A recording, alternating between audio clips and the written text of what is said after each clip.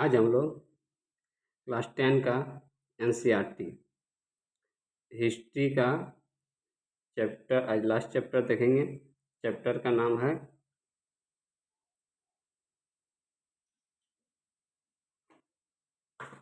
ये चैप्टर 5 है।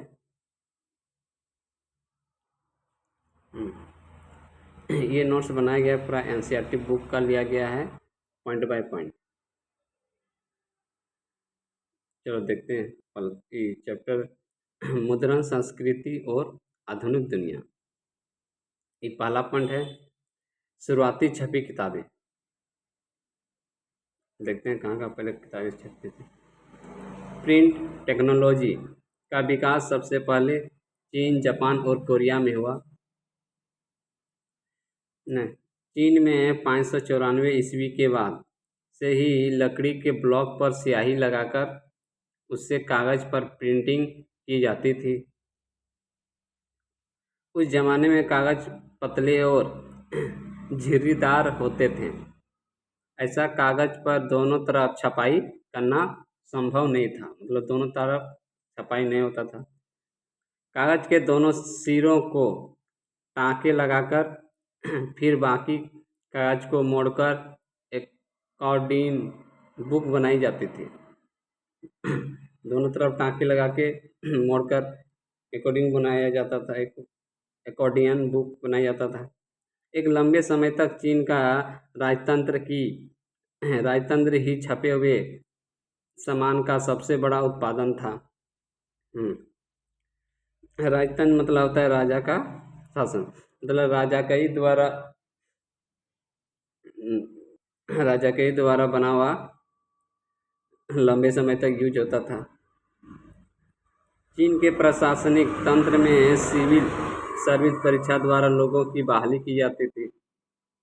चीन में लोगों की बहाली सिविल सर्विस परीक्षा द्वारा होता था। इस परीक्षा के लिए चीन का राजतंत्र बड़े पैमानों पर पाठ्य पुस्तकों छपवाता था। सिविल सर्विस एग्जाम पास करवाता था, तो इसमें बुक का अधिक मात्रा में उपयोग होता, जिससे बुक की मांग बढ़ता था। 16वीं सदी में इस परीक्षा में शामिल होने वाले उम्मीदवारों की संख्या बहुत बढ़ गई, इसलिए किताबों छपने की रफ्तार भी बढ़ गई। 17वीं सदी तक चीन में शहरी परिवेश बढ़ गया, इसलिए छपाई का इस्तेमाल कई कामों में होने लगा। अब छपाई केवल बुद्धिजीवों या अधिकारों तक ही सीमित नहीं था। अब व्यापारी भी रोजमर्रा के दैनिक जीवन में छपाई का इस्तेमाल करने लगे। इससे व्यापारी से जुड़े हुए आंकड़े रखना आसान हो जाए। कहानी, कविताएं, जीवनी, आत्मकथा, नाटक आदि भी छपकर आने लगे।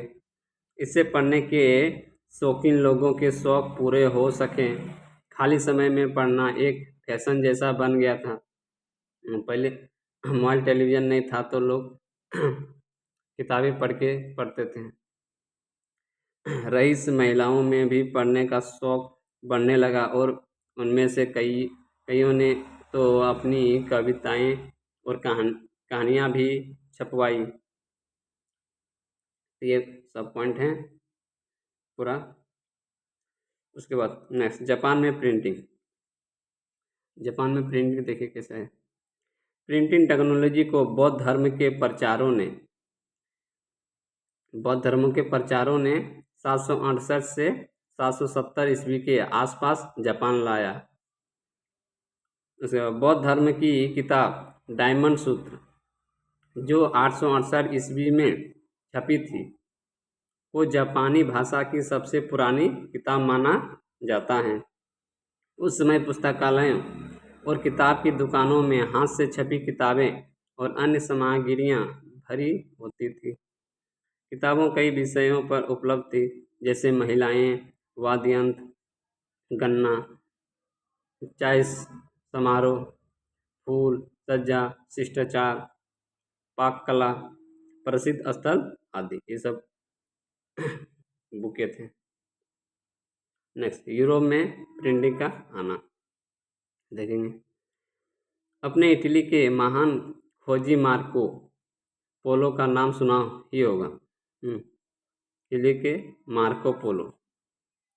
मार्को पोलो जब 1295 में चीन से लौटा तो अपने साथ ब्लॉक प्रिंटिंग की जानकारी लेकर आया था। किसका जानकारी? ब्लॉक प्रिंटिंग का जानकारी लेकर आया था। इटली में प्रिंटिंग की शुरुआत हुई। उसके बाद प्रिंटिंग टेक्नोलॉजी यूरोप के अन्य भागों में भी फैल गई। उस जमाने में कागज पर छपी हुई किताबों को सस्ती चीज समझा जाता था और है दृष्टि से देखा जाता था। इसलिए कुलीन और रईस लोगों के लिए किताब छापने के लिए बेलम का इस्तेमाल होता था। बेलम होता है जो चमड़ी से बनाया जाता है, लिखा हुआ रहता है, जो रजाओं में यूज करता था। वो महंगा होता है। उसके बाद नेक्स्ट देखते हैं, नेक्स्ट पेज। बेलम चमड़े से बनाया जाता था और पतली सीट की तरह होता है। बेलम पर छपी किताब कोई रसोई के निशानी माना जाता था। 15वीं सदी के शुरुआत तक यूरोप में तरह तरह के सामानों पर छपाई करने के लिए लकड़ी के ब्लॉक का जमकर इस्तेमाल होने लगा। इससे हाथ से लिखी हुई किताबें लगभग गायब ही हो गई, मतलब खत्म हो गई। नेक्स्ट, गुटेनबर्ग का प्रिंटिंग प्रेस। गुटेनबर्ग के प्रिंटिंग प्रेस ने इस क्षेत्र में क्रांति ला दी। गुटेनबर्ग व्यापारी के बेटे थे। अपने बचपन से ही उन्होंने जैतून और शराब की प्रेस देखी थी। उसने पत्थरों पर पॉलिश करने की कला भी सीखी थी। उसे सोने के जेवर बनाने में भी महारत हासिल थी और वह लेड के सांचे भी बनाता था, जिसका इस्तेमाल सस्ते जेवरों को ढालने के लिए किया जाता था। इस तरह से गुटेनबर्ग के पास हर वह जरूरी ज्ञान था जिसका इस्तेमाल करके उसने प्रिंटिंग टेक्नोलॉजी की ओर बेहतर बनाया। उसने जैतून के प्रेस को अपने प्रिंटिंग प्रेस का मॉडल बनाया। उसने अपने सांचों का इस्तेमाल करके छापने के लिए अक्षर बनाए। 1448 ईस्वी तक गुटेनबर्ग अपने प्रिंटिंग प्रेस को दुरुस्त बना लिया था। उसने अपने प्रेस में सबसे पहले बाइबिल को छापा था। सबसे पहले बाइबिल को छापा गया था। शुरू में छापने वाली किताबें डिजाइन के मामले में पांडुलिपि जैसी ही लगती थी। पहले जो छापता तो डिजाइन लगता था किसके जैसा? पांडुलिपि जैसे ही। उसके बाद 1450 से 1550 के बीच के 100 सालों में यूरोप के अधिकांश हिस्सों में प्रेस लगाए गए। प्रिंटिंग उद्योग में इतनी अच्छी वृद्धि हुई कि 15वीं सदी की उत्तरार्ध में यूरोप के बाजारों में लगभग 2 करोड़ किताबें छपी गई। किताबें इतना मांग हुआ क्या कि यूरोप के बाजार में लगभग 2 करोड़ किताबें छपी गई। 17वीं सदी में यह संख्या बढ़कर 20 करोड़ हो गई। इतना। उसके बाद नेक्स्ट में प्रिंटिंग क्रांति और उसके प्रभाव।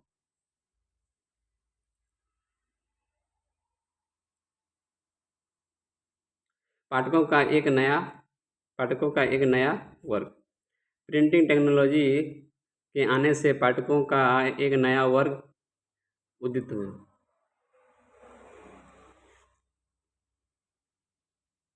अब आसानी से किसी भी किताब की अनेक कॉपी बनाई जा सकती थी। इसलिए किताबों सस्ती हो गई। इससे पाठकों की बढ़ती संख्या को संतुष्ट करने में काफ़ी मदद मिली। उसके बाद अब किताबों सामान्य लोगों की पहुंच में आ गई। इससे पढ़ने की एक नई संस्कृति का विकास हुआ। 15वीं सदी के यूरोप में साक्षरता का स्तर काफ़ी नीचे था। प्रकाशक ऐसी किताबों छापते थे जो अधिक से अधिक लोगों तक पहुंच सके। लोकप्रिय गीत, लोक कथाएं और अन्य कहानियों को इसलिए छापा जाता था ताकि अनपढ़ लोग भी उन्हें सुनकर ही समझ लें। पढ़े लिखे लोग इन कहानियों को उन लोगों को पढ़कर सुनाते थे जिन्हें पढ़ना लिखना नहीं आता था। Next chapter.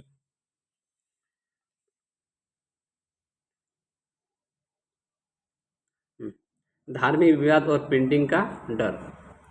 प्रिंटिंग के आने से नए तरह के बहस और विवाद को अवसर मिलने लगे। धर्म के कुछ स्थापित मान्यताओं पर सवाल उठने लगे।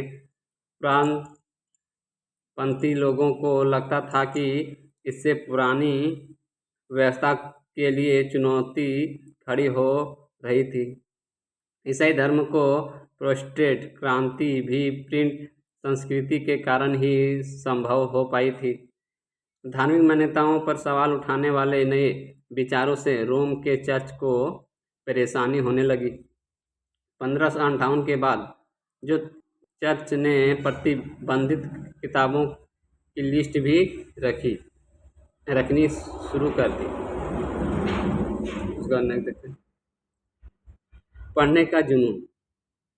17वीं और 18वीं सदी में यूरोप में साक्षरता के स्तर में काफ़ी सुधार आया। मतलब सुधार आया था। उसके बाद 18वीं सदी के अंत तक यूरोप के कुछ भागों में साक्षरता का स्तर तो 60 से 80% तक बढ़ चुका था।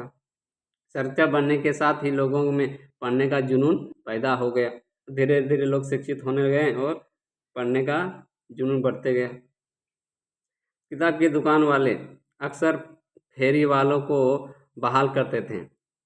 फेरी वाले, ऐसे फेरी वाले गांव में घूम घूम कर किताबें बेचा करते थे। पत्रिकाएं, उपन्यास, पंचांग आदि सबसे ज़्यादा बिकने वाली किताबें थी। तो ये सब किताब ज़्यादातर बिकता था मार्केट में। छपाई के कारण वैज्ञानिकों और तर्कशास्त्रियों के नए विचार और सामान्य लोगों तक आसानी से पहुंच पाते थे।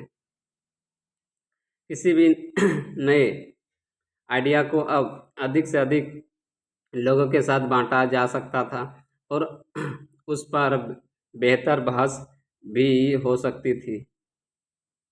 नेक्स्ट पॉइंट देखते हैं। प्रिंटिंग संस्कृति और फ्रांसीसी क्रांति।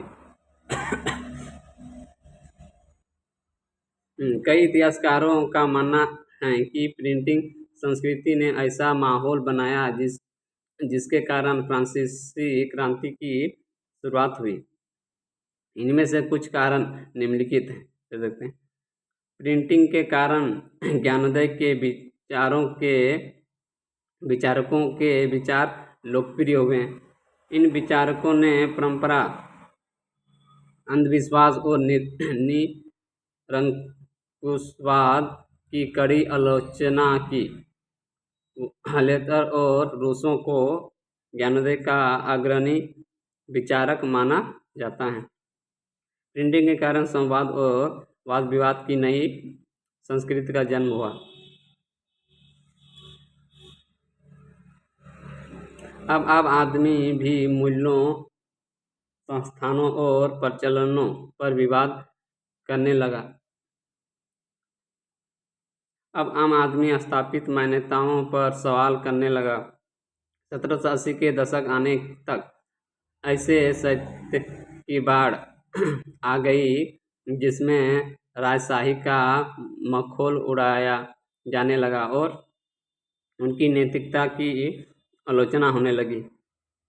प्रिंटिंग के कारण राजशाही की ऐसी छवि बनी जिसमें यह दिखाया गया कि आम जनता की कीमत पर राजशाही के लोग विलासिता करते थे।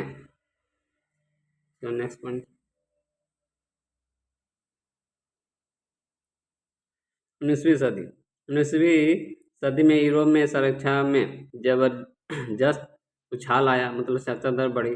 इसमें पाठकों का ऐसा नया वर्ग उभरा जिसमें बच्चे, महिलाएं और मजदूर शामिल थे। बच्चों की कच्ची उम्र और उपरिक दिमाग को ध्यान में रखते हुए उनके लिए अलग से किताबें जानने लगी और कई लोक कथाओं को बदलकर लिखा गया ताकि बच्चों उन्हें आसानी से समझ सकें।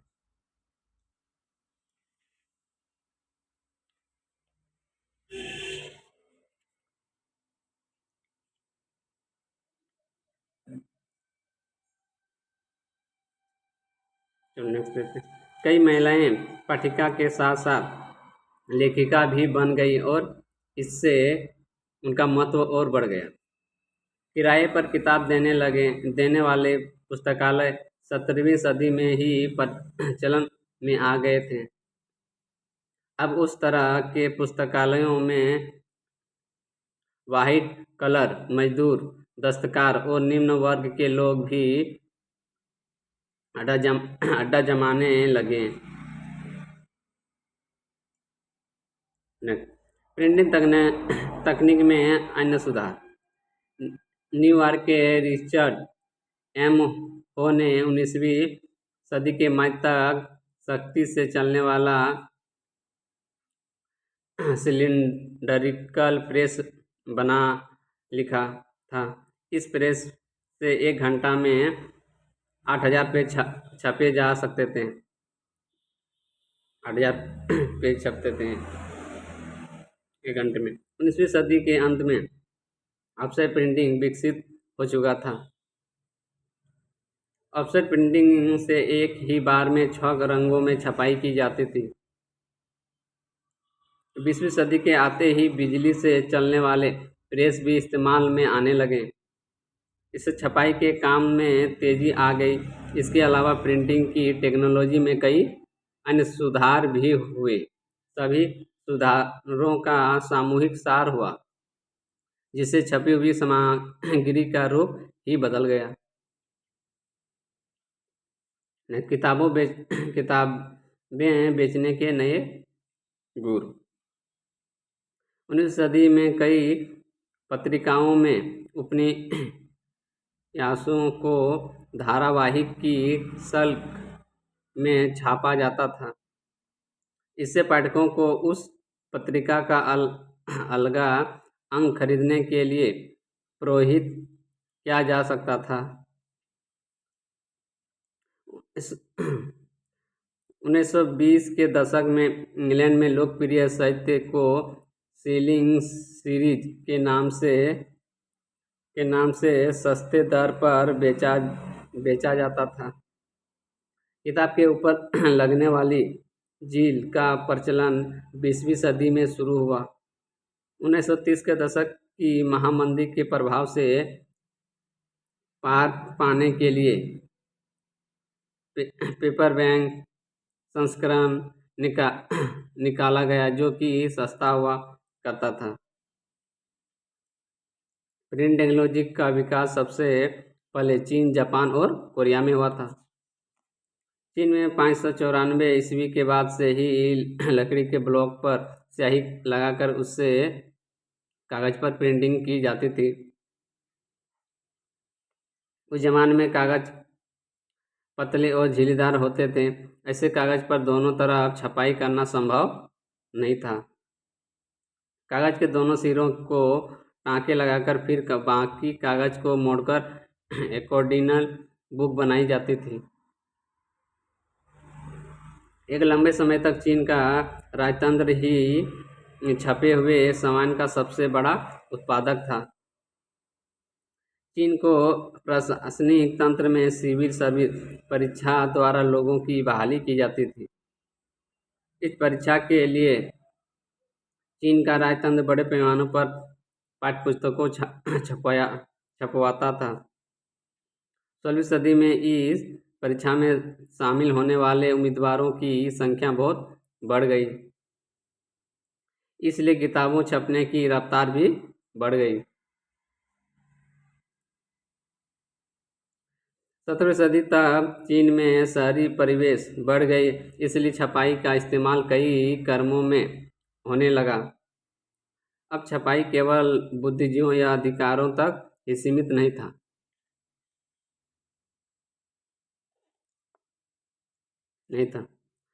अब व्यापारियों भी रोजमर्रा के दैनिक जीवन में छपाई का इस्तेमाल करने लगे और इससे व्यापार से जुड़े हुए आंकड़ों रखना आसान हो जाए। 17वीं सदी तक चीन में शहरी परिवेश बढ़ने के कारण छपाई का इस्तेमाल कई कामों में होने लगा। अब छपाई केवल बुद्धिजीवियों या अधिकारियों तक ही सीमित नहीं थी।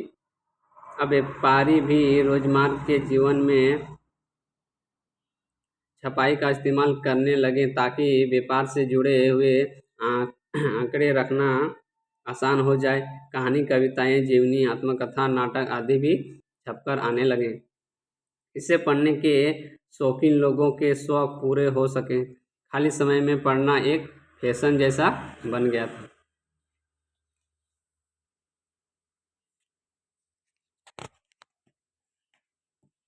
चलो नेक्स्ट टॉपिक देखते हैं फटाफट।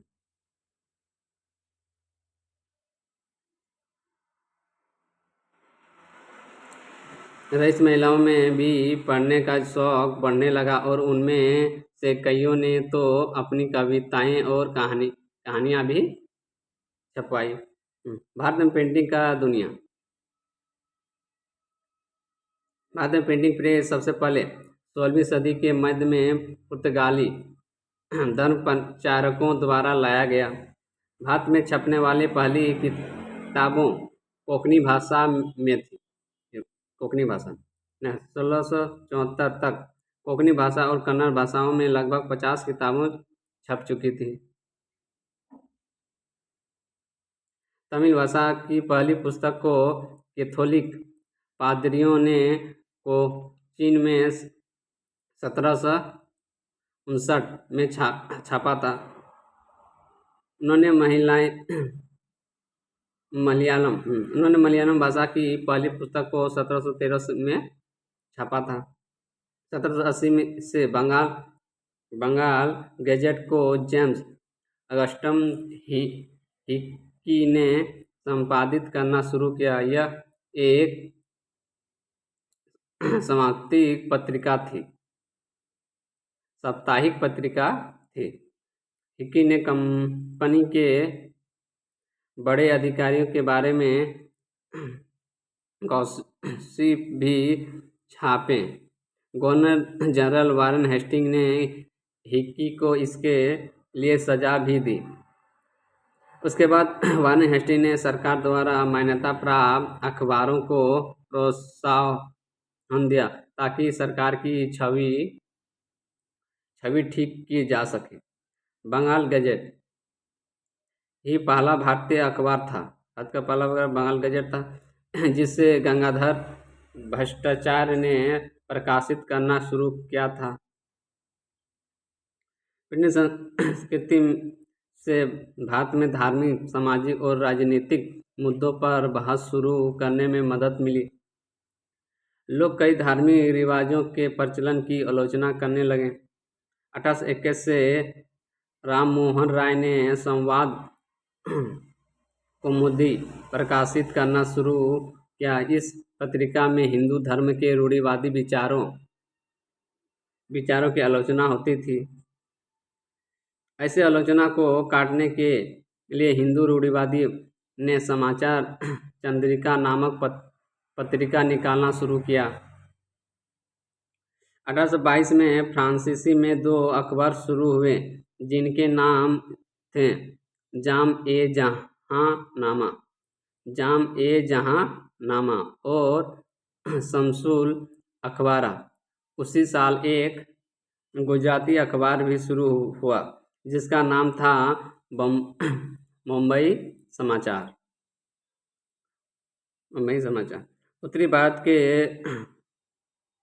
उलेमाओं ने सस्ते लिथोग्राफी प्रेस का इस्तेमाल करते हुए धर्म ग्रंथों के उर्दू और फारसी अनुवाद छापने शुरू किए। छापने शुरू किए। उन्होंने धार्मिक अखबार और गुटके भी निकाले।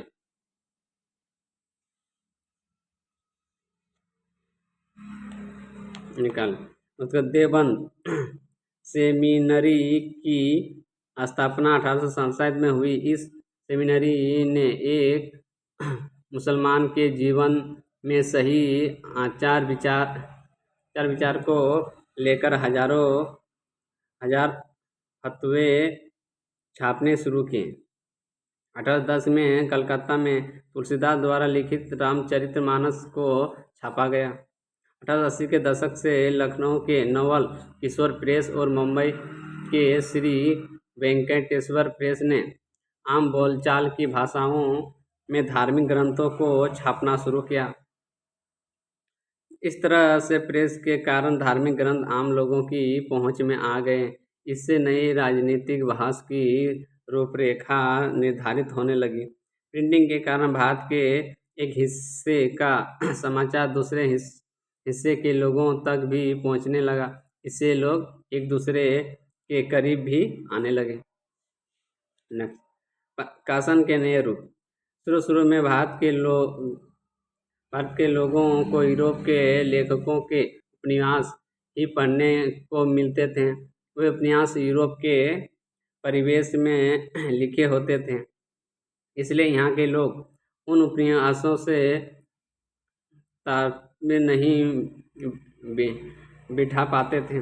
बाद में भारतीय परिवेश पर लिखने वाले लेखक भी उदित हुए। ऐसे उपन्यासों के चरित्र और भावों से पाठक बेहतर ढंग से अपने आप को जोड़ सकते थे। उसके बाद नेक्स्ट लास्ट पेज, चलो फटाफट देखते हैं।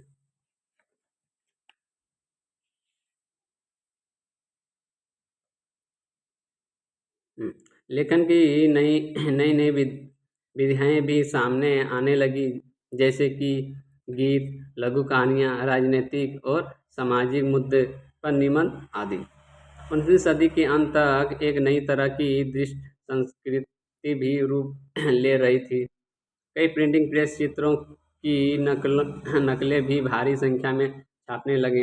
राजा रवि वर्मा जैसे चित्रकारों की कलाकृतियों को अब जन समुदाय के लिए प्रिंटिंग किया जाने लगा। 1870 आते आते पत्रिकाओं और अखबारों में कार्टून भी छपने लगे। ऐसे कार्टून तत्कालीन सामाजिक और राजनीतिक मुद्दों पर टच करते थे।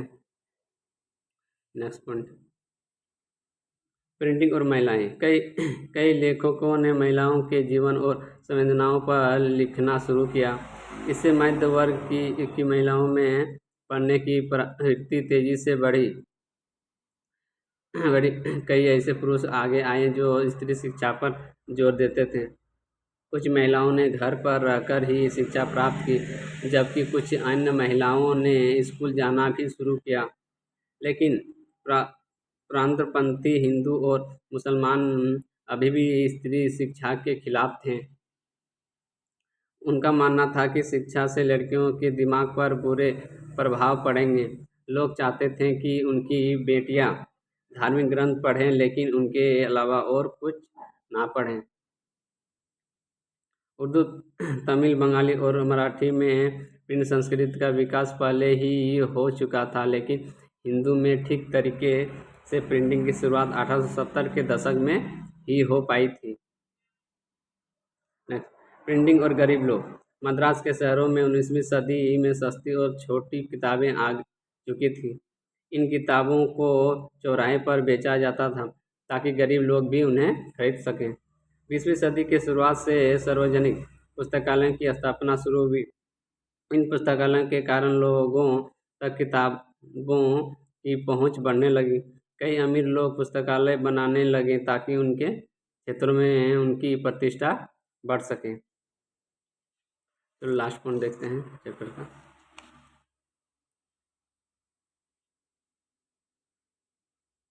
प्रिंटिंग और सेंसर। 1798 के पहले तक उपनिवेशी शासक सेंसर को लेकर बहुत गंभीर नहीं थे। शुरू में जो भी थोड़े बहुत नियंत्रण लगाए जाते थे वे भारत में रहने वाले ऐसे अंग्रेज पर लगाए जाते थे जो कंपनी के कुशासन की आलोचना करता था।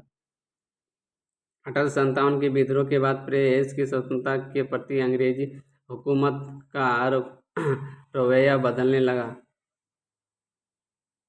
वर्नाकुलर प्रेस एक्ट को 1878 में पारित किया गया। इस कानून ने सरकार को वर्नाकुलर प्रेस में समाचार और संपादकीय पर सेंसर लगाने के लिए अकूत शक्ति प्रदान की।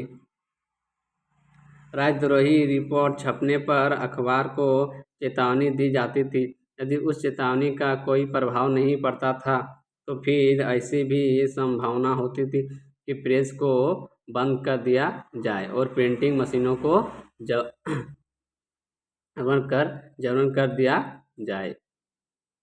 चलिए चैप्टर का लास्ट पॉइंट था, खत्म हो गया। यदि आप लोगों को इस चैप्टर का PDF चाहिए तो आप लोग वीडियो को ज़्यादा से ज़्यादा शेयर करो और लाइक करें, और हम ये वीडियो का PDF भी प्रोवाइड करवा देंगे फ्री में। Thank you very much.